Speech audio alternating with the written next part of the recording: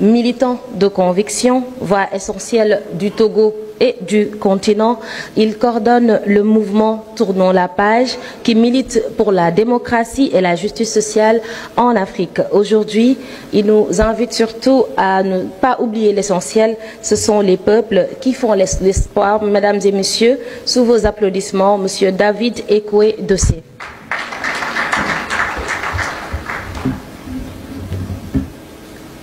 Distinguées autorités, chers grands frères, président et fondateur de Afrikajom Center, le doyen Alioune Tine,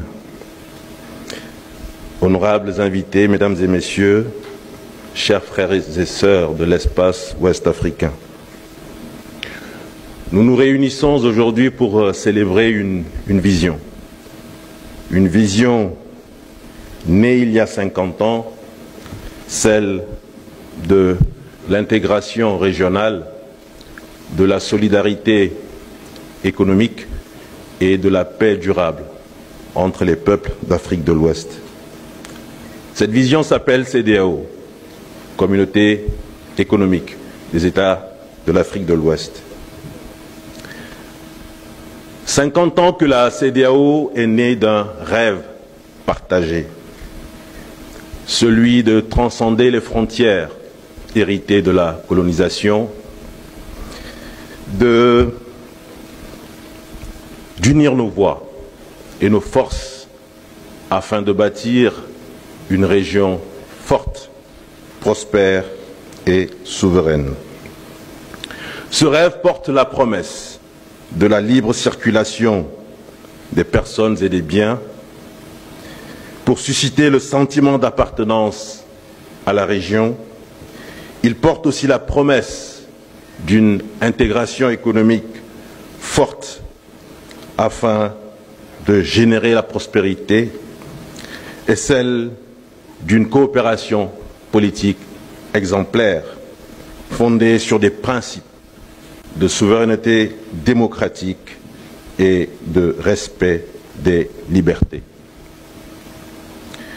Au fil des décennies, la CEDEAO a su démontrer sa pertinence.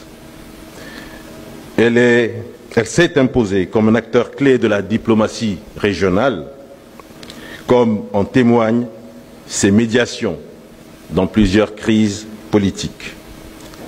Elle a fait entendre la voix de l'Afrique de l'Ouest sur le continent et à l'international. Ces réussites, nous les saluons avec fierté. Cependant, célébrer une institution ne signifie pas accepter ses défaillances. Il faut avoir le courage de la lucidité, le devoir de la vérité et l'audace de la réforme. Car la CEDEAO est malade. Elle souffre de son mode de fonctionnement déséquilibré, de son incohérence face à certains défis de gouvernance politique et de son impuissance à réagir face aux distorsions constitutionnelles perpétrées par certains dirigeants tentés par la conservation du pouvoir. Mesdames et messieurs, le cœur du problème, c'est effectivement la suprématie hégémonique de la conférence des chefs d'État et de gouvernement. Cette instance suprême, censée impulser les grandes orientations stratégiques, est devenue une structure omniprésente et omnipotente qui concentre entre ses mains l'essentiel du pouvoir de décision, reléguant les autres organes au rang de simples figurants institutionnels. Cette verticalité excessive freine l'évolution de la CEDEAO, étouffe l'esprit communautaire, affectant alors la résilience de l'institution. Pourtant, Pourtant, la CEDEAO a bien tenté de se réformer en 2015, en 2022. Mais certains chefs d'État, ayant des velléités de conservation de pouvoir, se sont opposés à la réforme, surtout à l'adoption de la disposition limitant les mandats présidentiels, chers pourtant au peuple africain, trop souvent confronté aux dérives des présidents à vie, aux mandats multiples ou extensibles, en somme, à ce qu'on a appelé le virus du troisième mandat, qui sévit parmi les dirigeants africains et qui génère tant de crises sur le continent. Nous pensons à Alpha Condé en Guinée, nous pensons à la Guinée-Bissau avec Sissoko Embalo et bien entendu à mon pays, le Togo, où le président Faure Gnassingbé, après 4 mandats à la tête du pays, vient de se faire greffer un mandat de président du Conseil des ministres sans limite, s'ouvrant la voie vers ce qui s'apparente dangereusement à une présidence à vie. En dépit des distorsions juridiques ou constitutionnelles et des flagrantes violations de ses propres dispositions, contenues dans des instruments juridiques comme le protocole additionnel de la démocratie et la bonne gouvernance, la CEDEAO n'a jamais été en mesure de réagir efficacement. À défaut de pouvoir intervenir directement, elle pourrait tout au moins faire le constat de ces violations des règles communautaires.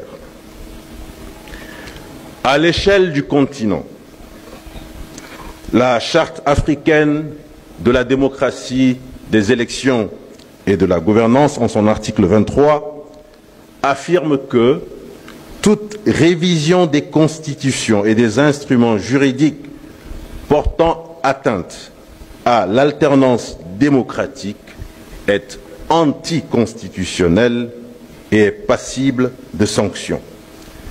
Combien de régimes ont été sanctionnés après avoir tripatouillé la Constitution, violé les dispositions juridiques des institutions communautaires ou continentales? On a le sentiment d'une très forte solidarité au sein des instances suprêmes où trônent les dirigeants africains. En revanche, les putschs font l'objet de sanctions immédiates, comme si ces mêmes chefs d'État et de gouvernement cherchaient à se prémunir contre une brutale interruption de leur propre pouvoir. Mesdames et messieurs, l'incohérence de la CEDEAO a conduit à la défiance du peuple ouest-africain. Elle a contribué à la création de l'Alliance des États du Sahel. La survie de la CEDEAO est en jeu et avec elle, l'avenir du rêve ouest-africain. Il est donc urgent de refonder l'institution, de revoir sa gouvernance, de rééquilibrer les rapports entre les organes, de renforcer la légitimité démocratique de ces décisions, de redonner du pouvoir au peuple. Il faut une réforme urgente et profonde qui garantisse une limitation des mandats de tous les vrais détenteurs du pouvoir exécutif, qu'ils soient chefs d'État, qu'ils soient chefs de gouvernement ou même président du Conseil. Toute autre option équivaudrait à une réforme légère, une réforme à minima, tout aussi délétère qu'une absence de réforme. L'Afrique de l'Ouest ne peut se contenter d'une CEDEAO des sommets. Il faut une CEDEAO des peuples. C'est à ce prix que notre communauté redeviendra un espace de confiance, de coopération sincère et d'avenir partagé. Nous remercions Africa Jom Center et ses partenaires de nous avoir réunis pour renforcer la synergie des organisations citoyennes ouest-africaines en vue de soutenir l'appel à la CEDEAO des peuples. Je vous remercie.